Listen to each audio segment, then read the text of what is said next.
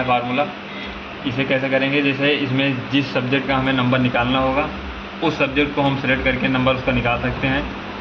जो सब्जेक्ट तुम्हारा मन करे उस सब्जेक्ट को सिलेक्ट करके उसका नंबर निकाल सकते हो। ठीक, सबसे पहले अब जो पहले हम नेम को सिलेक्ट करेंगे, यहाँ से सिलेक्ट करके लिखेंगे, ले जाकर वहाँ पेस्ट कर देंगे, या फिर हम जाकर वहाँ पर अपना नाम टाइप भी कर सकते हैं जो करना होगा। ठीक, जाएंगे यहाँ से कॉपी कर लेंगे, हम लिख नहीं रहे हैं, हम कॉपी करके डायरेक्ट पेस्ट कर रहे हैं, यहाँ पर पेस्ट कर देंगे।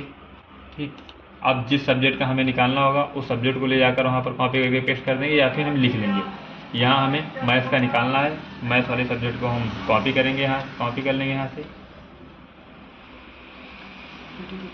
करेंगे। अब मैथ सब्जेक्ट का हमें निकालना है, मैथ वाले सब्जेक्ट पर जाएंगे, इसे सिलेक्ट कर इसे भी कॉपी कर लेंगे, लाकर यहाँ नेम जो लिखा हुआ है इसी की साइड में पेस्ट कर देंगे इसे।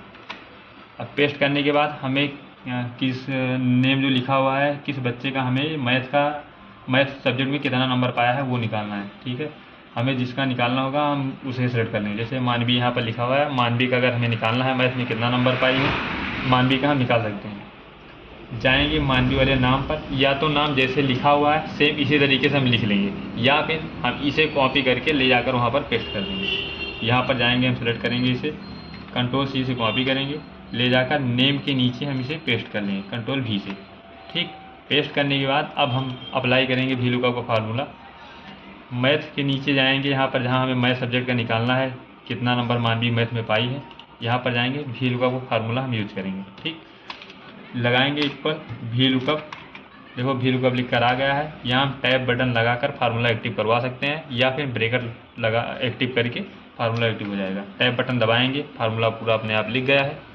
इसके बाद हमें अब हमसे लुकअप वैल्यू पूछ रहा है, जाएंगे लुकअप वैल्यू में हमें किस आदमी का या किस स्टूडेंट का निकालना है फार्मूला, उसे हम सेलेक्ट करेंगे।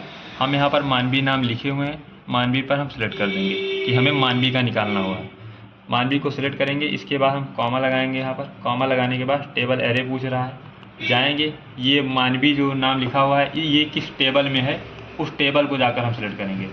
मानवी नाम हमारी इस वाली टेबल में है, बड़ी वाली टेबल में, इस वाली पूरी टेबल को हम एक साथ सेलेक्ट कर देंगे। टेबल सेलेक्ट होने के बाद फिर से एक बार कॉमा लगाएंगे, कॉमा लगाने के बाद कॉलम इंडेक्स नंबर हमसे पूछ रहा है। अब देखो कॉलम इंडेक्स नंबर हम दो तरीके से लिख सकते हैं। पहला तरीका है कि इसके आगे हम मैथ्स का फार्मूला अप्लाई कर दें। अगर मैथ्स का फार्मूला हमें नहीं पता है तब हम क्या करेंगे, इसका जो कॉलम है इसे हम गिन लेंगे कि मैथ किस नंबर पर आया हुआ है। जैसे मैथ किस नंबर पर आया हुआ है, इस बड़े वाले टेबल में अगर हम देखेंगे तब यहाँ पर आया होगा 1 2 3 4, चौथे नंबर पर आया है। यहाँ पर हम 4 लिख कर कामा लगाकर 0 ब्रैकेट बंद करके हम निकाल सकते हैं, लेकिन हम ये बताएंगे मैथ्स के फार्मूला से। ठीक, कामा लगा हुआ है, आगे हम मैथ्स का फार्मूला एक्टिव। इसके बाद हम अब मैथ्स का फार्मूला इस पर लगाएंगे, मैथ लिखेंगे, जैसे मैथ लिख रहे हैं हम MA लिखे, अपने आप मैथ्स दिखाई देने लगा है। अब इसे एक्टिव करवा लेंगे टैब बटन दबाकर, हम टैब बटन दबाने पर एक्टिव हो गया फार्मूला। पूछ रहा है लुकअप वैल्यू हमें क्या देखना है, जैसे मानवी का जो देखना है, किस सब्जेक्ट का हमें देखना है, जो सब्जेक्ट हमें देखना होगा मैथ सब्जेक्ट का देखना है, तो मैथ पहले से ही लिखे थे, मैथ पर एक बार क्लिक कर देंगे। क्लिक करने के बाद कॉमा लगाएंगे।